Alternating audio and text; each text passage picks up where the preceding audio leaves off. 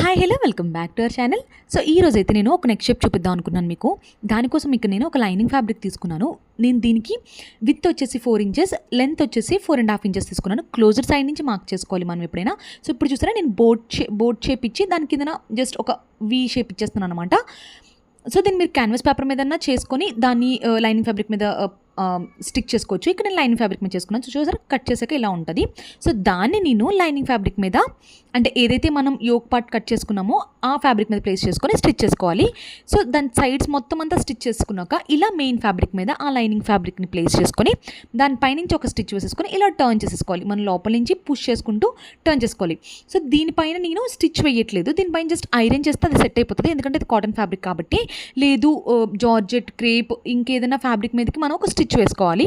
So అప్పుడే అది స్టిఫ్గా ఉంటుంది అనమాట. సో ఓవరాల్గా నెక్ షేప్ అయితే ఇలా ఉంది. See next video. Thank you for watching.